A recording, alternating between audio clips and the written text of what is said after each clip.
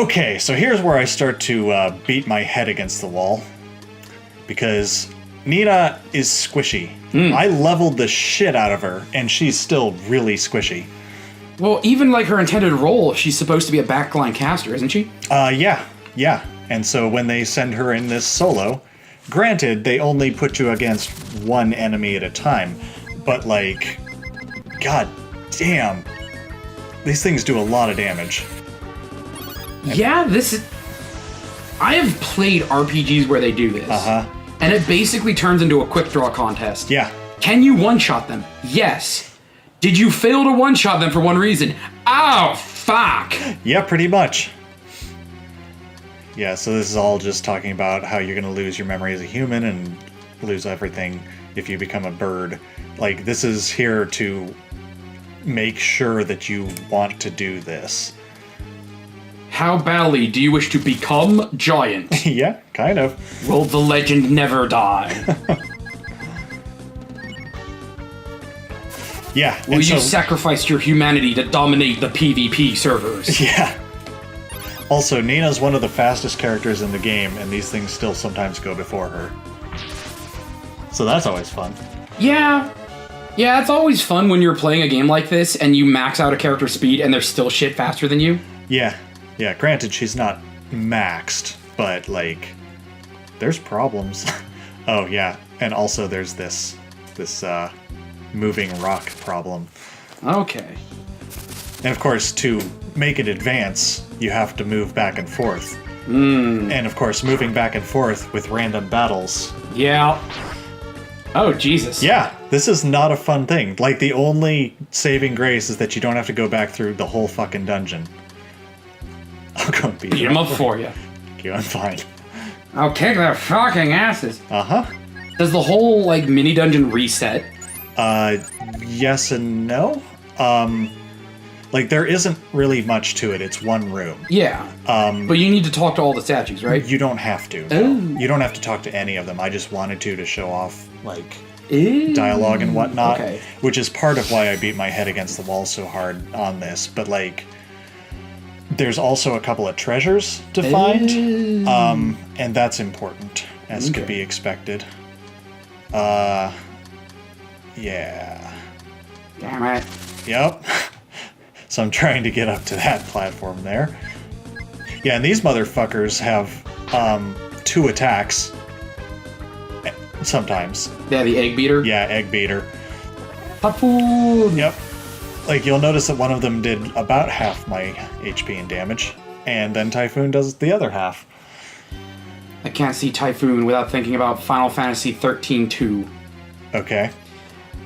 That game is pretty mediocre. I'm not going to go into my thoughts on Final Fantasy 13 again. I've played 13 too, but what about Typhoon? I don't remember. So, one of the optional things that's supposed to be like endgame stuff is this arena that's run by Orthos from Final Fantasy VI. Ultros, yeah. Ultros. And it's the first time he's been given a voice. Oh. And he has the most fantastic voice. I love his voice. Expected, yeah. And if you decide to fight him as a boss, it starts out and he's like, wow, I can't believe I'm getting to fight such a beautiful person. And the guy is like, don't say that about her. I wasn't talking to her. He's like, we need to beat this guy. We need to beat this guy now. Amazing. When you get him down to 50%, he summons help. And he goes, oh, Mr. Typhon! And Typhon comes in and it's a dual boss fight. Right. With Typhon and Ultros. Because in 6, he summons Typhon. Okay, yeah, that makes sense. And then you have to fight them together. Okay. Just every time I see Typhoon, I just think, Mr. Typhon! Right. Yeah, I didn't get to that because I didn't bother with most of the optional shit. Yeah. I don't blame you. I did like the ending, so at least there's that. Did you see the Final Fantasy 13-3 ending? No, but you told me about it. Oh my god, it's the most insulting ending. God. The fuck were they thinking? Everything. That almost killed JRPGs as a genre for me. Oh, I'm so sorry. The dumbest fucking thing in the world. Yeah. Anyone who cares about Final Fantasy 13-3 spoilers.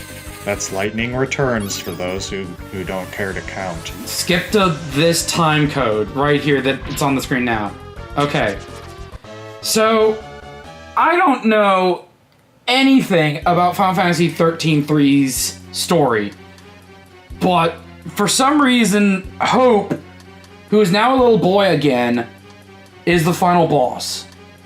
And he's giant. And then you beat him, and then everyone's like, oh, Hope, now you're back to normal and sane. And he's like, oh, thank you for saving me, blah, blah, blah, blah. Right. What I do know about the plot of Final Fantasy 13-3 is that the world is ending. And Lightning, because she is the ultimate waifu, was chosen by God to collect the souls of the people who are going to the next world. That is the plot of Final Fantasy 13-3. Yeah. So, in the end, she's like, okay, I got Hope's soul. That was the last one I needed, and he's the one still keeping this world alive. So she gets it, and it dies, and they go on this big, long monologue that's like your usual, I took one class of Intro to Philosophy, now I'm the smartest person in the world kind of speech. Of course, yeah. And then it's like, we'll go to the next world, and maybe that one will be better. And it's fucking Earth. Yeah. It's like, we're going to our world now, and our world is the world after Final Fantasy 13. Yeah. And like, that idea is dumb, but not horribly insulting. It's the build-up, because it's a goddamn, like, 13-minute cutscene. It's the build-up and the anticipation, like, this world is going to be so much better, we're going to make it work, Right, and then it shows off. And it's just like, go fuck yourself. Yeah. Goddamn, the director wants to fuck Lightning that badly. Yeah. I wish she were real. God, it's creepy. Yeah. Ugh. But anyway. Ugh. So we're still grinding. Yep, well, yeah, I wound up unequipping a bunch of the more powerful armor from my other party members so that Nina wouldn't get two-shotted. Or actually one-shotted against these motherfuckers. So, had to raise her defense a lot. I thought what she had was fine, because it was pretty decent tier armor for a fucking spellcaster, but apparently it wasn't good enough. No. Yeah, fuck those barracudas, which for some reason are harpies. You know, that's probably either a mistranslation or lazy sprite work. Yeah. But now that I think about it, a barracuda harpy sounds like the most fucking terrifying thing in the world. I mean, barracudas are pretty fucking terrifying to begin with, but yeah, you add wings to them, that's pretty tough. Or make it like a harpy barracuda hybrid and get like a Melina face going on. Oh god. Ugh. Like, especially if you go Greek mythology harpy, not anime waifu harpy. Where they're old hags with sagging tits and then you add Melina face on top of that. Right. Then it's like, oh my god, kill it with fire. God, get out of here, old lady. Oh, I'm the youngest and most beautiful of my people! This sounds like the best idea. It's a wind bromide, which increases your speed. You know what? I want to do that now. I want to make a species that sounds like it's going to be hot and waifu-ish. And then get to them, and they're all by human standards utterly hideous, and your voice options are Danny DeVito, Chainsmoker. Danny DeVito's great. What are you talking about? Or, why am I forgetting his name? The guy that voiced Iago. Oh, Gilbert Godfrey. Yeah, Gilbert Godfrey. Like, that's the voice range of this species. That sounds amazing. It's pretty sexy, too. You know, I say that, but I imagine there will still be people who will masturbate to it. Yeah, no doubt. I came across an erotic game that is simultaneously fascinating and horrifying. Okay. Hatoful boyfriend? No, that is merely hilarious. Okay. No, this is like, this can be a case study into somebody's psychology before they go commit serious crimes. Okay. Essentially, it's one of those, like, hey, you're a space explorer, go do the Captain Kirk thing of explore planets and fuck beautiful alien women. Right.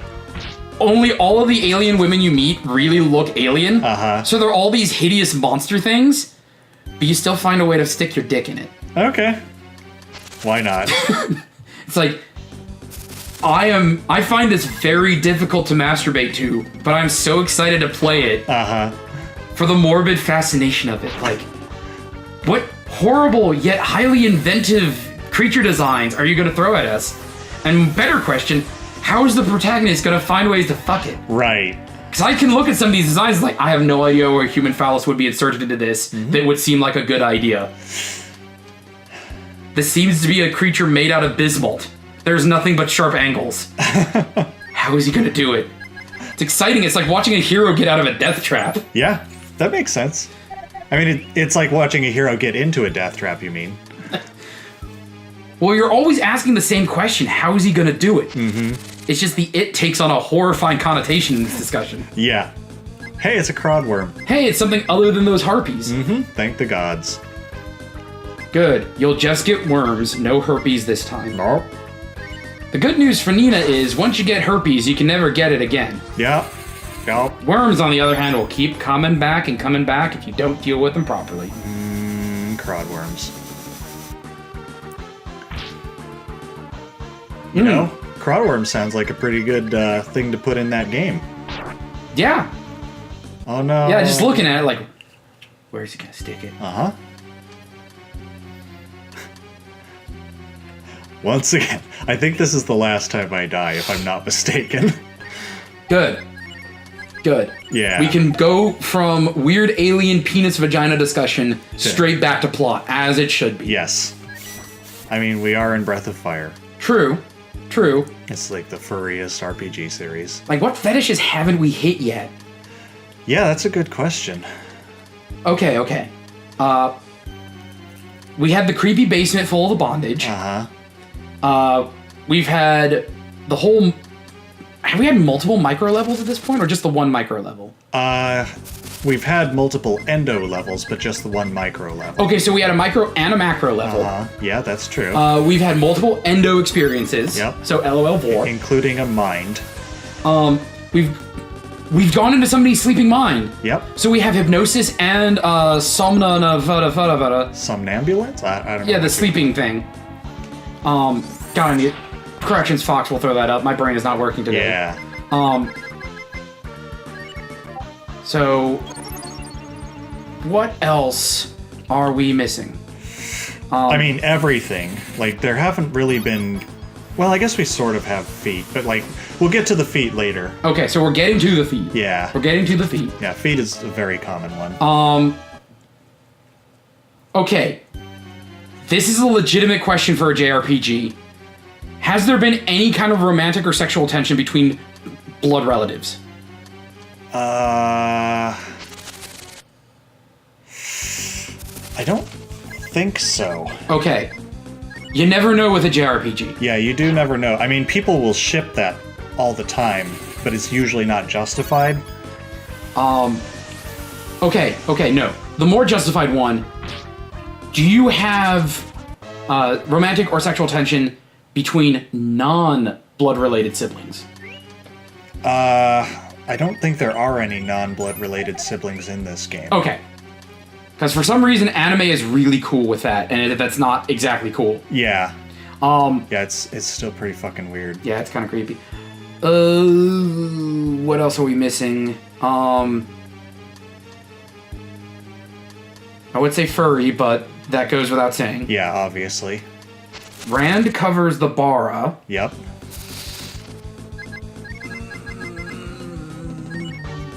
Nina covers the tsundere. Yeah. To some degree. Do we have any yandere yet?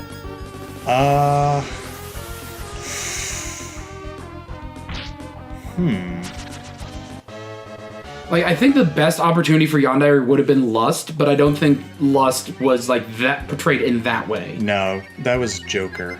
Yeah. I wouldn't call him yandere. I mean, No. he did kidnap Nina. So maybe? Wait, what about the monkeys? Wasn't there, like, some weird marriage plot? No, that was the frogs. Yeah, that was the frogs. And that wasn't out of love, that was a power grab. Yeah. Okay. Yeah, that was very much political. Okay, so there's no yandere.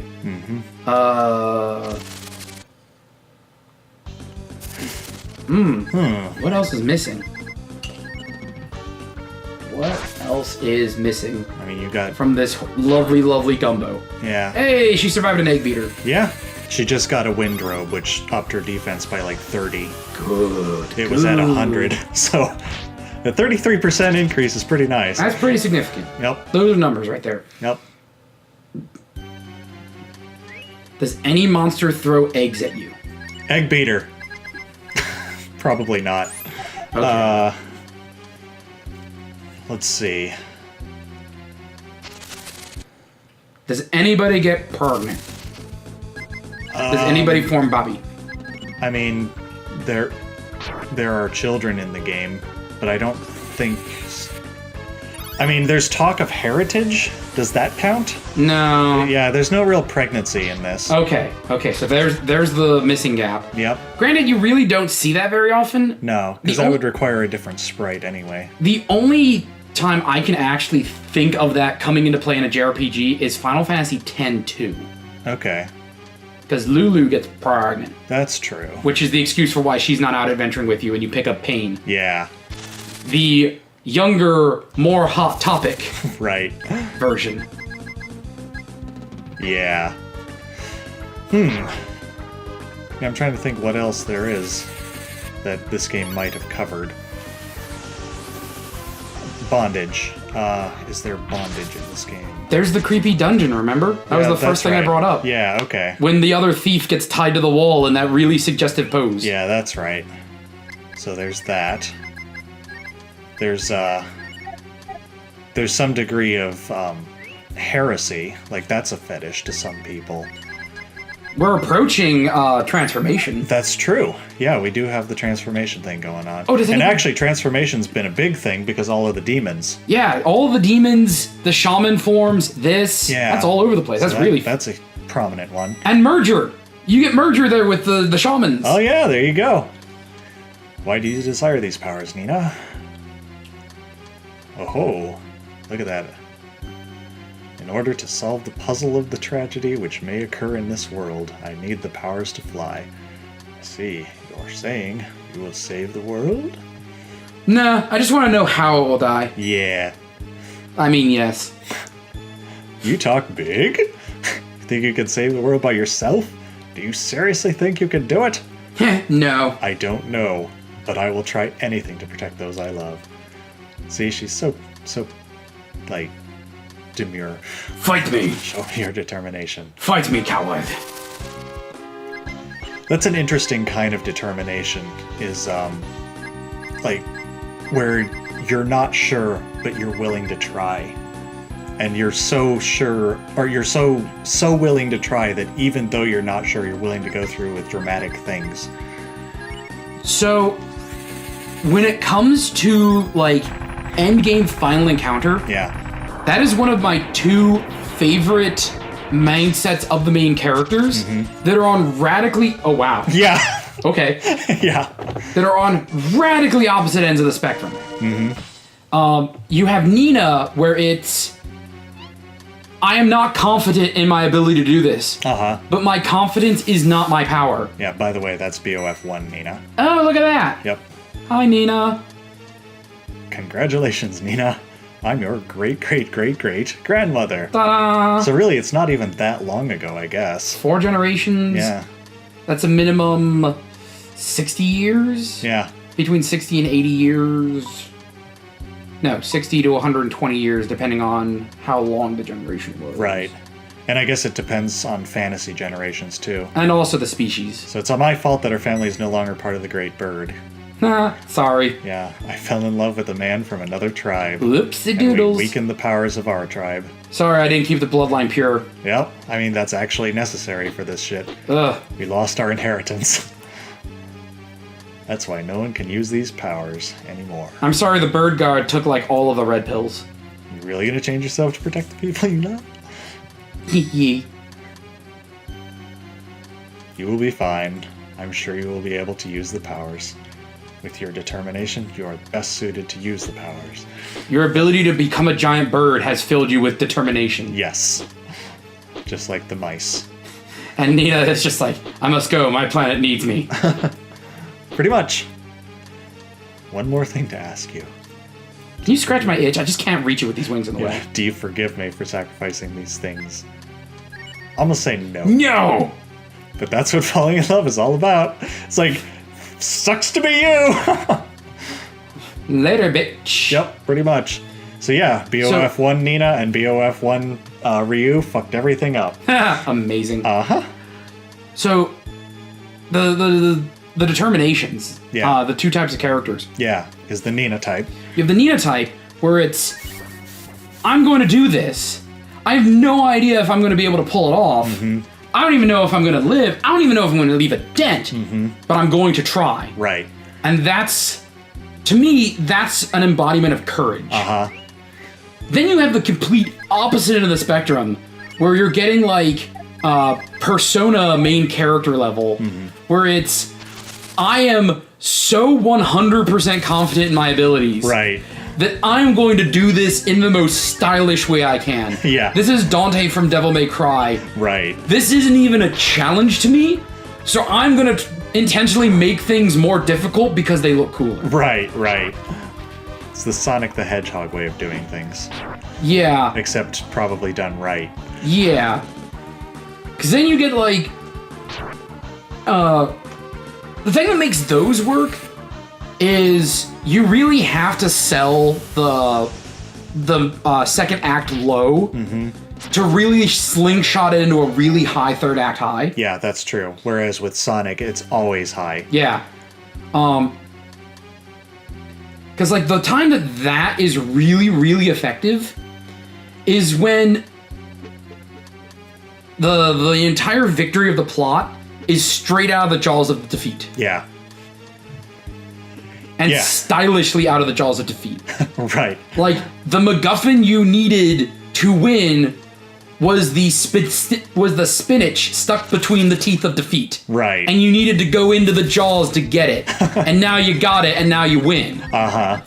And now it's just a matter of doing it, but you got the thing, so now you can do it. That makes sense.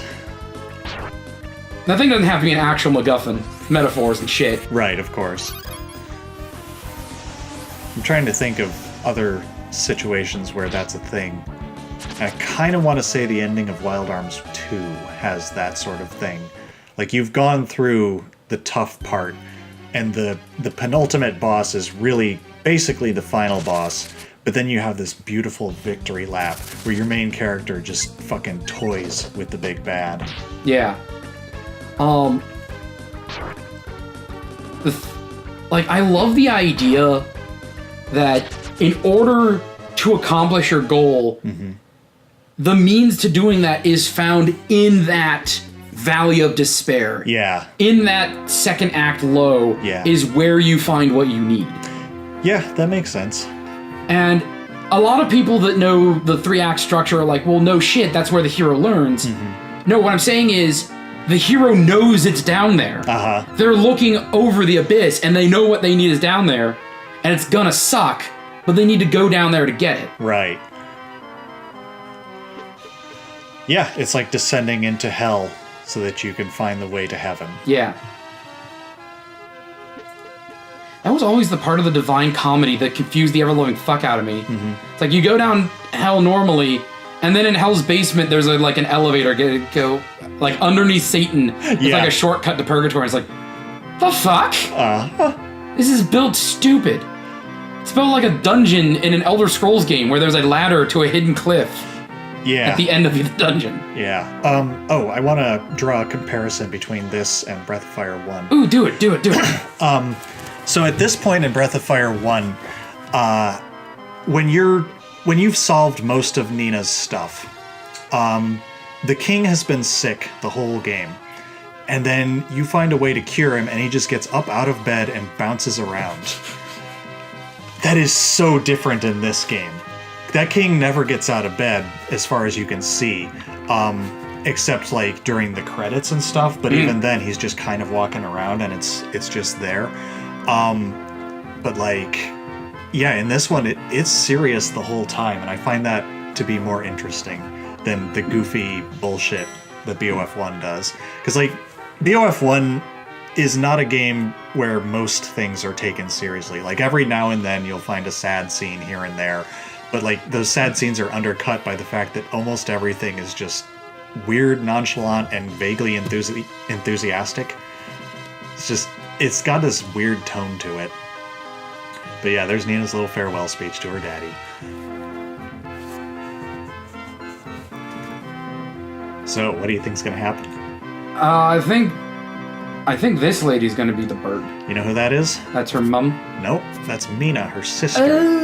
The girl you found the pig for at the beginning of the game. That's right. Yeah. So she went and stole the thing, and now she's going to be the bird. Uh-huh. That's the idea. There's nothing! Mm-hmm. Oh, no! And it's like, Nina, no. Oh, wow, she just immediately went to it. Yep. Yeah, wake up, idiots. She knows her sister. Yeah, they pretty much all just say zzz. Fly, you fools! Mina, no! I want to be the Eagles! I want to go save the dwarves. Yeah. I want to go be the end of the Battle of the Five Armies and just skip any kind of dramatic tension. Yep. So this is the first in a line of serious tragedies that happens in the end game of this game. Mina? No. No, Mina, no. Drop it. No. Like, spoilers, none of your main characters will die unless you get the neutral ending, or the bad one, I guess. But, like, a lot of important NPCs have serious issues. Granted, Mina doesn't die, but still. You know what I absolutely adore in situations like this in games? Where somebody attempts a heroic sacrifice like this, and fucks it up. Yeah. Yeah, that's pretty terrible. It's like, everyone's like, no, don't do it. It's like, I can do it. And then they horribly fuck it up, and everyone's like, no, we mean don't do it because you will fuck it up. Uh-huh. Yep. So yeah, Mina feels all guilty because she had no idea what all was going on with Nina and her parents. Okay. And so she's trying to help in what ways she can. So while I love the other type, my absolute favorite, and it's really hard to pull it off without it being hokey, is somebody attempts the heroic sacrifice, are going to fail, and they get stopped, and the other character explains in a way that the other one will internalize. It's like, no, don't do it, you're gonna fuck it up. And my favorite interpretation of that, the best line, is, your life is no longer your own, do not sell it so cheaply. Ah. You see that a lot in, like, really, like, borderline fascist military stories. Yeah. Where it's like, your life has been given to your country or to the emperor or whatever. Uh-huh. Do not sell it cheaply to them. That is an insult to who you have given it to. Right. It's a sense of duty.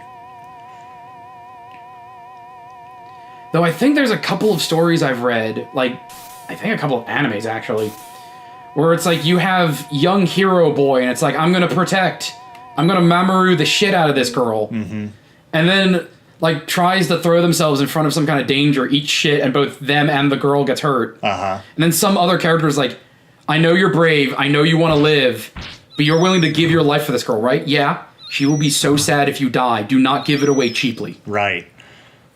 Oh, she's a rather pretty bird. Yeah.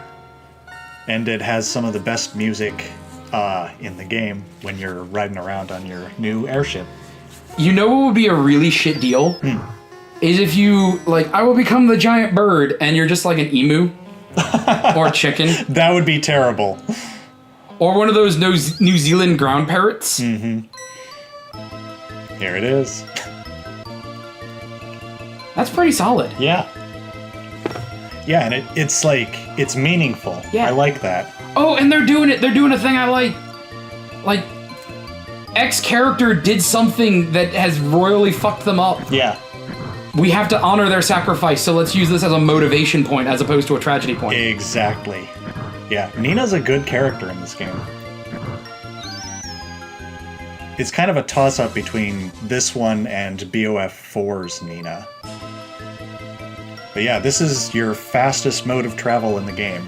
Like, you go Rand speed, except you're overland. Okay, A, that looks like it feels really good to control. Yeah, it does. B, that sprite work is gorgeous. I know, right? And C, that seems like it has a huge sense of freedom. Yeah. Yeah, once you get this bird, the whole world opens up to you. Like, you can land anywhere. It's amazing. Well, anywhere but fucking forests and towns and mountains and shit. But anywhere where you can walk, you can land. So it's almost golden chocobo levels of awesome. Yeah, pretty much. And in fact, you get the best weapons and shit in the game using this bird. Ooh. You can't get it any other way. Well, that makes sense. Yeah. I mean, traditionally JRPGs that have an overworld map, the progression blockers are your modes of transit. Yeah. And now you have the ultimate mode of transit. Right. There is another flying thing, though, and you can't use that to get the best weapons and stuff. Okay, that's weird. Yeah. Yeah, it is weird. It makes sense when we get to it. But, yeah. Reminds me of the ending of Final Fantasy VIII. Okay. Like, you're...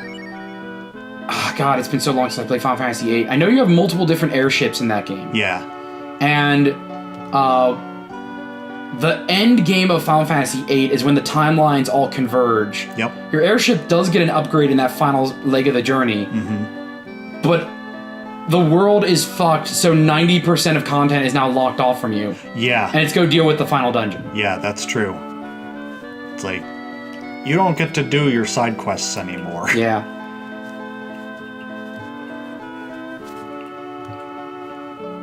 Now I'm just thinking of all the fucking airships you get in the different Final Fantasy games and how radically they change. Yeah. Like, even Final Fantasy VII, the high wind changes. Because it goes from the propellers to the rockets. Yeah, that's true. Oh, and speaking of Final Fantasy VII, there's finally a semi-hard release date for it. Oh, really?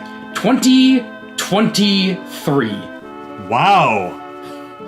And that's just for the first chapter? Yeah, yeah. Holy shit. They're taking their sweet-ass time with that. Yeah. So, yeah, we'll probably get back to the Final Fantasy VII playthrough when we feel like it, but it's not for the remake. Wow. All right. Well, see y'all later. Bye.